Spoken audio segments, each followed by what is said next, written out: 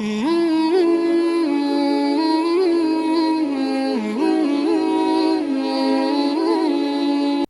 alaikum wa rahmatullahi wa barakatuh, everyone. Welcome back to another episode of the Islamic Defense Podcast. Today we will be refuting a lefty YouTuber by the name of David Pakman. So David Pakman is a liberal atheist. He claims to care about minorities like the Muslim minority. And recently I came across one of his videos and I saw him attacking Reza Aslan.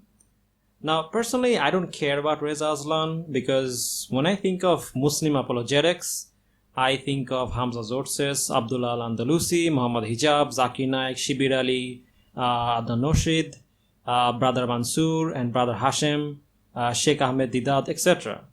However, I noticed that while attacking Reza Aslan, he then started attacking Islam. As a matter of fact, he even lied about Islam in many of his videos. And he turns out to be a complete Islamophobe. So I decided to make this video as a response. So let's get started with this first lie. But the line between Christian belief and doctrine and the Holocaust is not that direct of a line. In other words, while there is no denying that Hitler and his cohorts were Christian, the reasoning for carrying out the Holocaust, to me, was not so directly rooted in religious texts.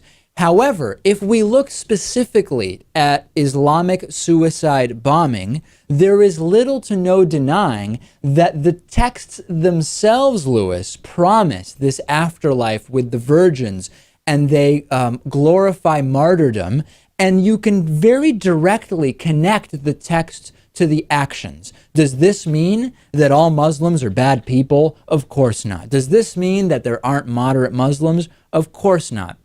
What it does mean is that Reza Aslan's claim that the texts don't matter at all is flat out false. You're right, David. Religious texts do matter. So let's take a look at Islamic text and see if it promotes suicide bombing. The Quran says in chapter 4, verse number 29, O you who believe, do not consume one another's wealth unjustly, but only in lawful business by mutual consent, and do not kill yourselves or one another. Indeed, Allah is to you ever merciful. So as you can clearly see, suicide is clearly forbidden in Islam. Now let's take a look at what Prophet Muhammad has to say regarding suicide or suicide attack or bombing. Abu Huraira reported, the Messenger of Allah, peace and blessing be upon him, said, whoever kills himself with a piece of iron, his piece of iron in his hand will be thrust into his stomach in the fire of hell forever and ever. Whoever drinks poison and kills himself, he will consume it in the fire of hell forever and ever. Whoever throws himself off a mountain and kills himself, he will tumble into the fire of hell forever and ever. This hadith is narrated by Sahih al-Bukhari. The hadith number is 5442 and Muslim 109. So as you can see, Islam has one of the harshest punishment when it comes to suicide or suicide bombing. If someone commits suicide, they will be punished by the way they killed themselves for an eternity. So if a suicide bomber decides to blow themselves up, then chances are Allah subhanahu wa ta'ala will or may punish him by making him blow up over and over again for an eternity. So I want to ask David Pakman a question. You said Islamic text is linked with suicide bombing. Can you please explain how? How on earth does Islam promote suicide bombing when suicide itself is not allowed? Now, this is common knowledge among Muslims that suicide is haram. In that case, you have two options. Either you didn't know that suicide isn't allowed in Islam. If that's the case, then you're an ignorant fool and you should give up journalism. Or you did know and you purposefully hid this information from your audience. In that case, you're a liar and you're spreading propaganda against Islam. If that's the case, then people should stop taking you seriously and you should give up journalism. Either way, you have yourself a dilemma. Now let's continue with the video. Reza Aslan does not have a PhD in the history of religions. He certainly doesn't have a PhD in the history of religion. Aslan has no degree in history, but again, he actually has minimal academic authority among circles of formal religious academics and historians. I wonder where David Pakman got his PhD from journalism. Let me check.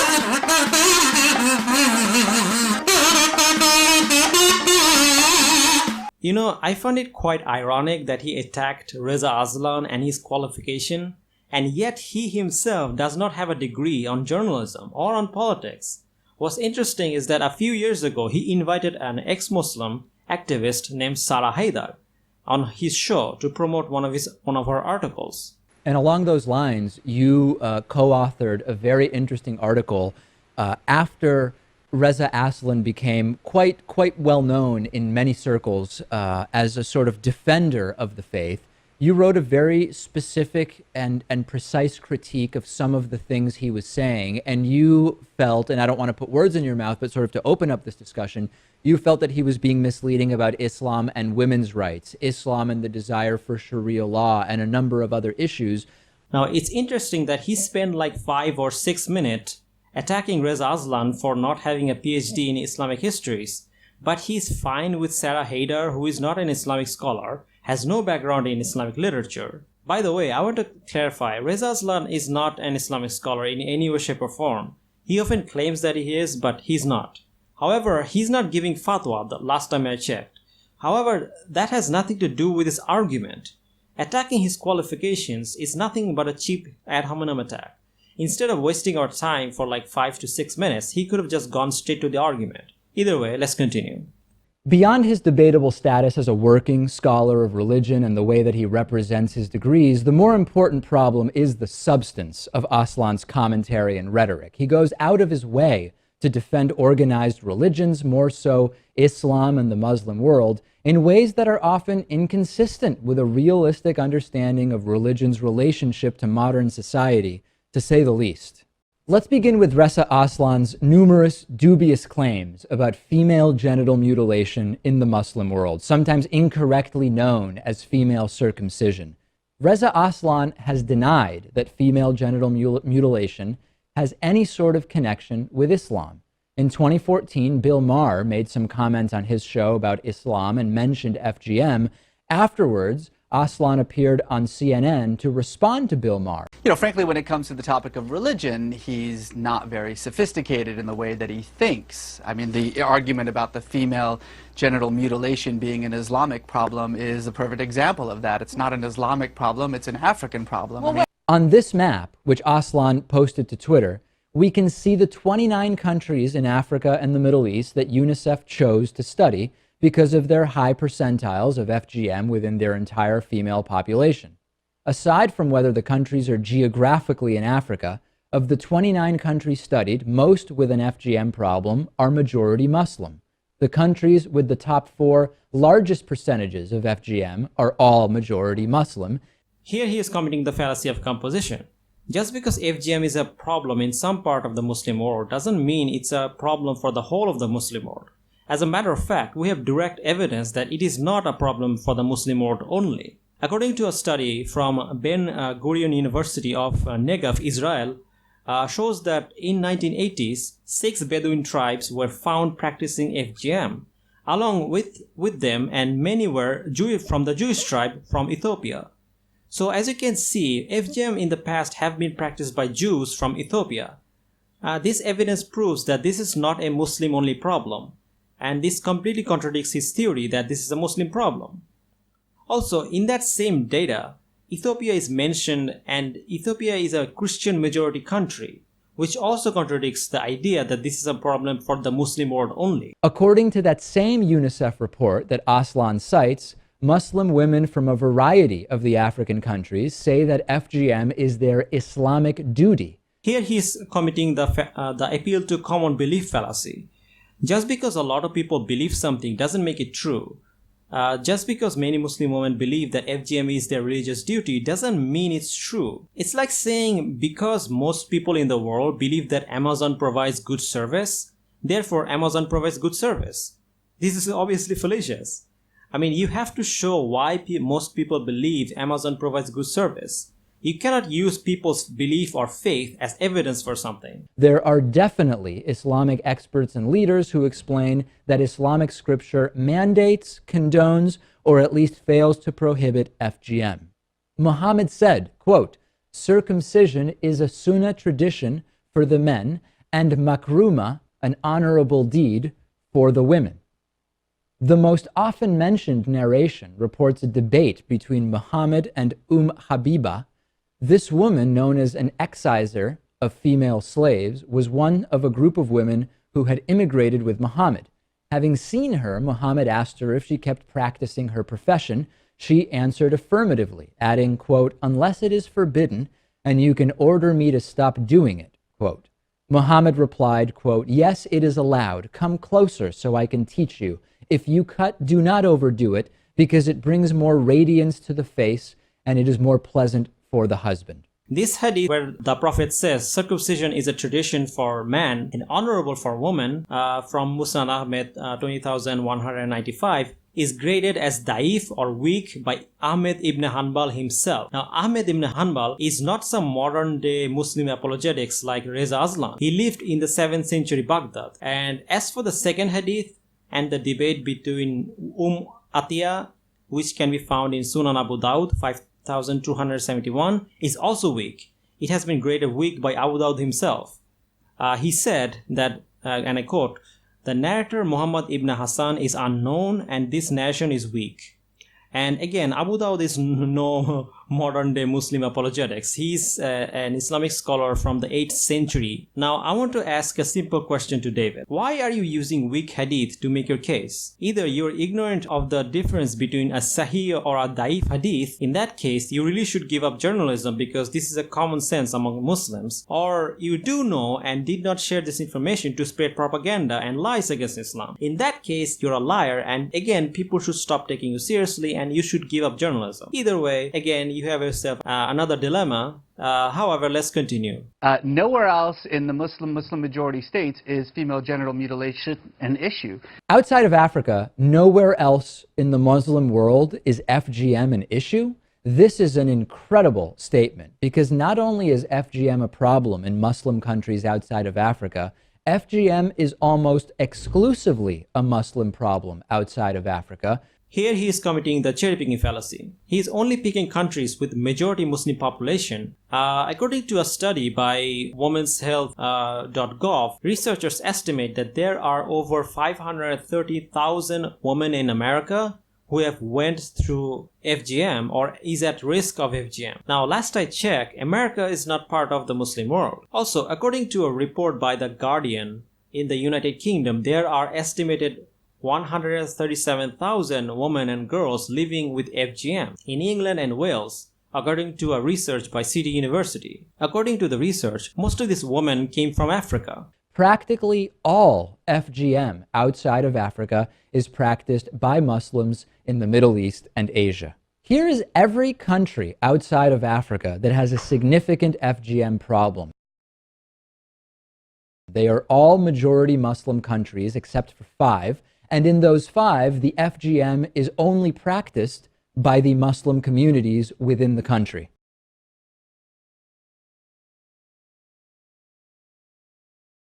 In Kurdish Iraq, 72% FGM rate among Kurdish females.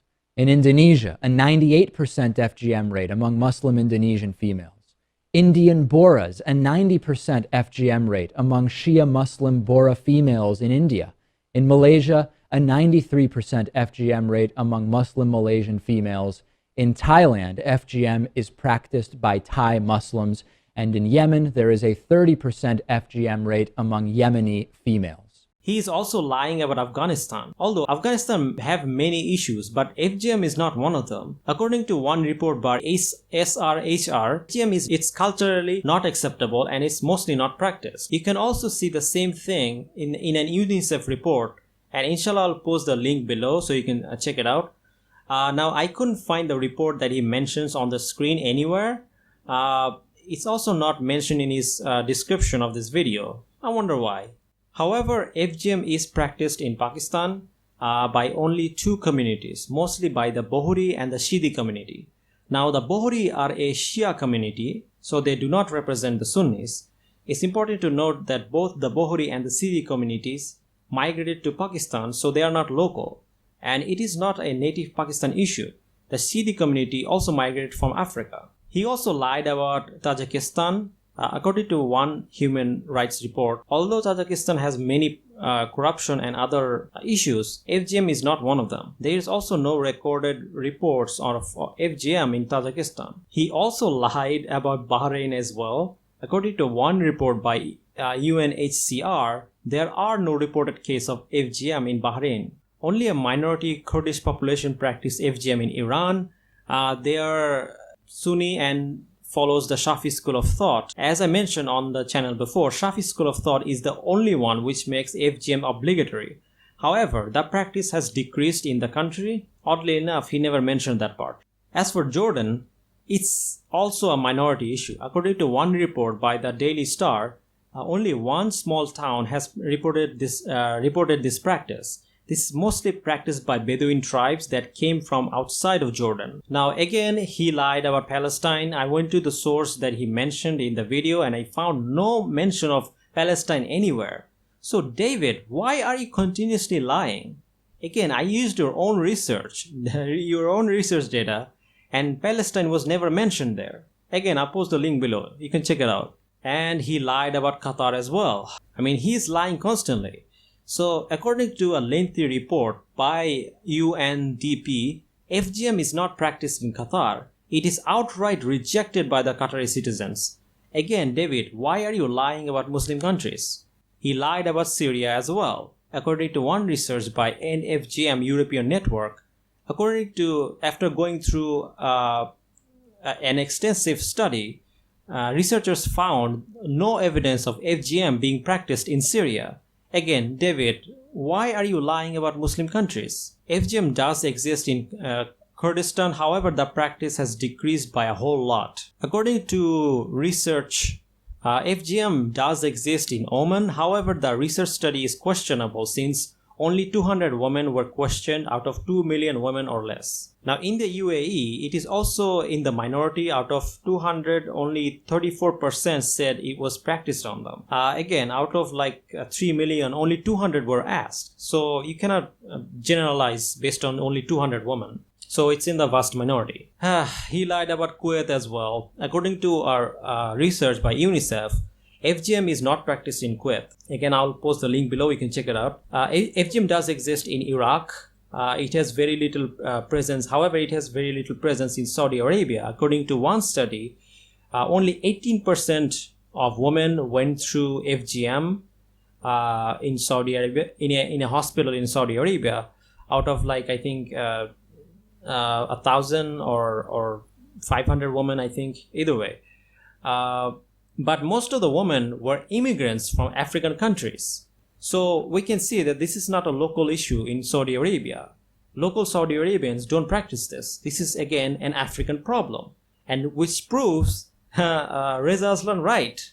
Because if you notice the data, most of the data, you can see that all the Muslim countries that he's pointing to, most of them where FGM exists, only exist in communities that came from outside of the country. I mean, if this was really an Islamic problem or a Muslim problem, this would be very prevalent, if this would be practiced in the majority, not just in the minority. And this is why his allegation makes no sense. And it's a complete lie and a fabrication to say that this is a Muslim problem, when it's clearly an African problem, African and a Middle Eastern problem. So, as you can see, David lied about a bunch of research data. He also lied about this being only a Muslim problem, because according to a research data by Medical Health Science Resolution in Nigeria, FGM is more commonly practiced by Christians than Muslims in that country. Also, FGM is very common among Christians in Tanzania and Niger. It is also common among Coptic Christian girls in Egypt. According to a study by Refugee Review Tribunal of Australia, and also in Ethiopia, FGM is common among some Jewish tribes as well. Now, forced FGM on children is a real problem in the world. However, it should be and it should be stopped. And it is a problem for the Muslim, Christian, and Jews. However, saying this is only a Muslim problem is completely bigoted and misinformed. And no religion is behind this. According to World Health Organization, FGM cannot be justified by any of the three monotheistic religions. The reason for FGM are various and are clearly a mixture of cultural, social, and some religious factors. Again, not a quote from me or Reza Aslan, but from the World Health Organization. This is their opinion. And I'm pretty sure World Health Organization knows what they're talking about more than David Pakman. However, here's the thing. I get forced FGM is a bad thing, and I definitely disagree with the Shafi school of thought. However, what happens if women themselves support FGM? What if they want FGM to be done to them? Here, all the Western bigots are being offended for Muslim women. Let's take a look at what the Muslim woman actually thinks. Now, over 11% of women in Central African Republic support the FGM. Over 29% in Chad support the FGM. Over 14% on Côte d'Ivoire support FGM. Over 37% on Djibouti supports FGM. Over 54% of Egyptian women supports FGM. Over 12% of Eritrean women supports FGM. 18% of women in Ethiopia supports FGM. 65% of women in Gambia supports FGM. 67% of women in Guinea supports FGM. 39% on Liberia supports FGM. 75%, which is crazy, 75% on Mali of women in Mali supports FGM. 36% on Mauritania supports FGM. 22% on Nigeria supports FGM. Nigerian women supports FGM. And 70% of women on Senegal supports FGM. 68% of women on Sierra Leone supports FGM. 65% on Somalia supports FGM. 41% in Sudan supports FGM. And finally, 19% of women in Yemen supports FGM. Now, as you can see, this research data completely destroys the feminist argument. It shows that this is not some patriarchal Muslim man conspiracy to keep women down. The Muslim women themselves support this. Then why are they being outraged on the Muslim women's behalf when the Muslim women themselves are supporting this? So what exactly is your issue here, David? I mean, if the women themselves want this, I mean, fine, no problem. Forced FGM is bad. We both agree. However, if it's not forced by anyone, then what exactly is the issue? Why can't this woman perform FGM if they want to? FGM is practiced mostly in different African, Middle Eastern, and Asian countries. It's a procedure that sometimes kills the girl involved, either by bleeding or infection. Victims of FGM can also experience lifelong health issues like chronic pain or infertility. As you can see, this is his main problem with the FGM. Apparently, FGM can lead to death. However, here he is committing the appeal to extreme fallacy. He is basically taking a simple argument and taking it to the extreme. Now, many things can lead to death and or other disastrous outcome if it's not done properly. For example, eating too much meat can lead to heart attack. Eating sugar can lead to diabetes. But that doesn't mean meat or sugar should be banned. It just means that we have to be careful of how much meat or sugar we eat. Also, it just means that we have to exercise more. FGM is no different than male circumcision from that point of view. If it's done by doctors in a hospital, in a proper environment, it can be just as safe as any other medical operations. As a matter of fact, some doctors have said that FGM or partial removal of the female genitalia can have some health benefits. According to Dr. Hamid Al-Gawabi, he says, and I quote, the secretions of the labia minora accumulate in the uncircumcised woman and turns rancid. So they develop an unpleasant odor, which may lead to infection of the urethra. I've seen many cases of sickness caused by the lack of circumcision. Now, I'm sorry about butchering the scientific terms, but you can take it up with the doctor and the scientist. But anyway, so he also said that another benefit of circumcision is that it prevents stimulation of the clitoris, which make it grow large in such a manner that it can cause pain. So as you can see, FGM can sometimes prevent infection and pain. By the way, when I say FGM, I mean the partial removal, not the whole thing. Now, this is a misconception that it leads to frigidity by naughty. Now, again, Dr. Hamid Al-Gawabi says that regarding that, frigidity has many causes, and this claim is not based on any sound statistics comparing circumcised women with uncircumcised women, except in the case of pharaonic circumcision, which is where the clitoris is exercised completely. So basically what he's saying is that when the whole clitoris or the skin of the clitoris is removed, that's when the problem can begin. That's where you can have a problem. However, if some small part of it is removed, then it's not a problem. And also a female gynecologist by the name of Sith Al-Banat Khalid says in an article named Female Circumcision from a Health Point of View. In the article, she says that FGM can reduce the incidence of urinary tract infections.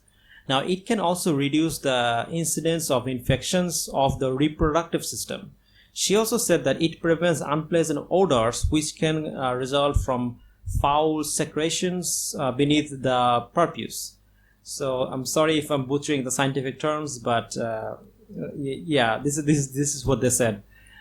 And in the book on traditions that affect the health of women and children, which was published by the World Health Organization in 1979, it says, with regard to the type of female circumcision, which involves the removal of the prepuce of the clitoris, which is similar to male circumcision, it's not harmful, or no harmful effect have been found, which means it's safe. And this is the World Health Organization saying this. Now, obviously, some other doctor can disagree with them, and they can go back and forth. However, the point is, the doctors can definitely find a safe way to perform the surgery where it doesn't cause any medical issues for the woman.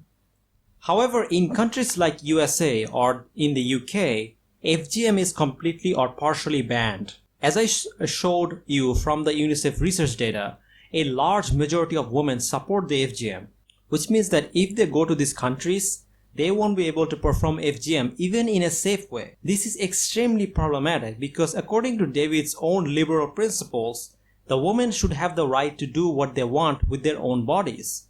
So if women are being forced to not perform FGM on their own bodies, then I would argue that this is a violation of the human rights and religious rights. Because according to themselves, women should have the right to do what they want with their own bodies. Okay, there is a renewed war against abortion, and there is a very specific reason why. I told you about this. I told you that this would happen as soon as Donald Trump got his first selection to the Supreme Court. And it was renewed even more strongly as soon as Donald Trump got his second selection to the Supreme Court, Brett Kavanaugh.